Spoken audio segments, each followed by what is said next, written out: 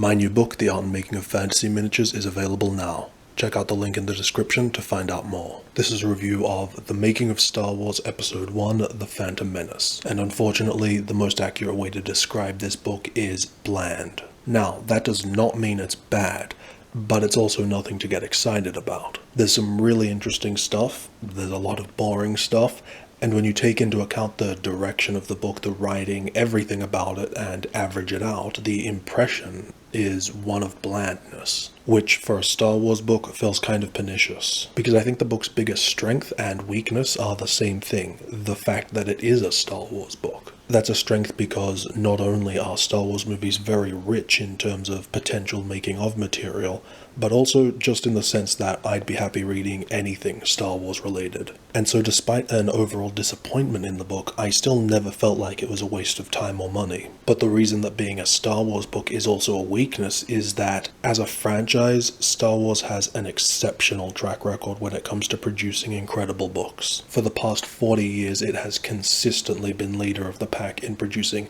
innovative and interesting art and making of books. And so, by comparison, this book is very much a weak link. Like, if you read the making of books for the original trilogy or even Revenge of the Sith, which are all amazing, this is not like those books. And so I think as Star Wars fans, we've become delightfully spoiled, meaning that any Star Wars book that's just pretty good is not good enough when compared to what we've come to expect from the brand. The main problem is the text. It's written in that weak, journalistic, magazine article style that unfortunately most making of books use, despite it never working. They try and cover an entire giant movie production in 150 pages, and so everything is covered like it's traveling through hyperspace and therefore no depth to anything. Some great facts here and there, sure, but mostly it's a lot of general, basic, shallow information, often very self-evident. The focus is too much on what was done,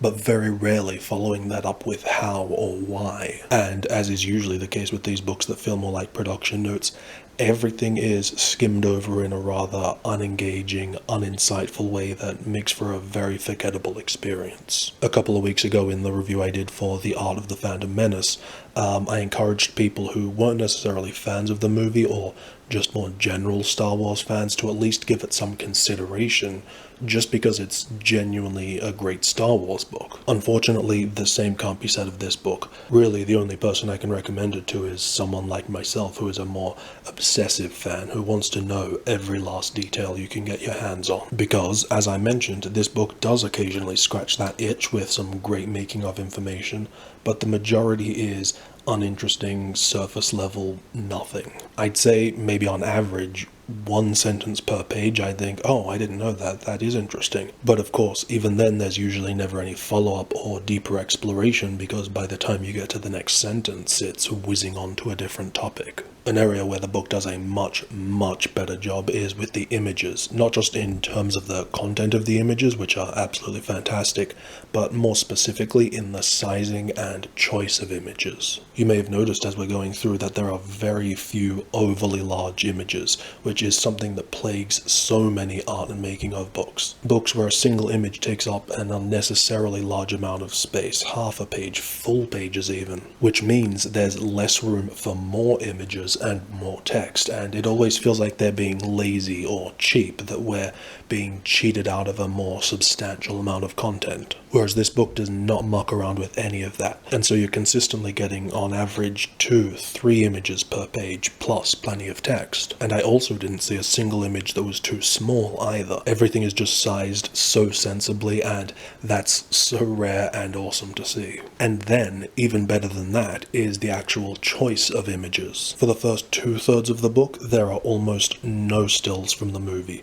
99% of the images are behind the scenes photography, concept art, character and costume portraits, and other kinds of photography and graphics. It is so rare to see a making of book with so few stills from the movie, and consequently it looks and feels amazing. However, somewhat disappointingly, this praise doesn't extend to the last third of the book, where suddenly about 50% of the images are just screenshots from the movie. And I know it's because that's the visual effects part of the book, and they're trying to show how well all these CG characters blend into the live action footage footage, but it just goes completely overboard and kind of spoils what was, up until that point, my favorite thing about the book. If you're interested in the concept art and how it compares to the art book, the majority of the art in this book is already featured in the art book. However, there are a number of pieces exclusive to this making of book that weren't in the art book. Nothing amazing, certainly nothing worth getting the book just for that.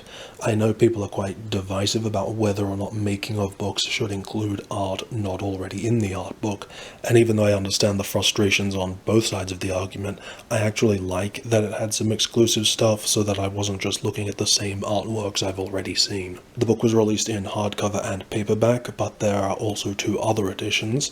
The first is called, amazingly, a Special Collector's Limited Edition. They really couldn't have just used one of those terms. However, the only special thing about it is that it has a different cover.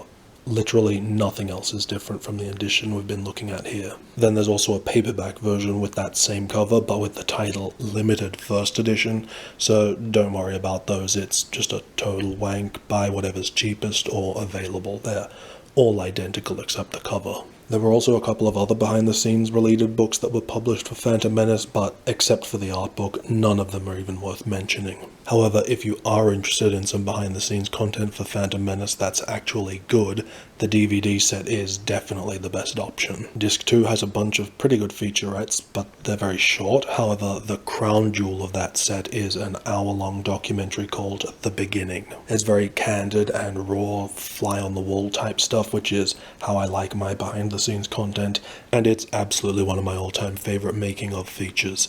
Unfortunately, to my knowledge, it has never been included on any of the Blu-ray releases, which is disappointing. But other than that, as I mentioned, the Phantom Menace art book is absolutely fantastic, so you can check out the review I did on that, or look through this playlist for all the Star Wars related books I've done reviews for.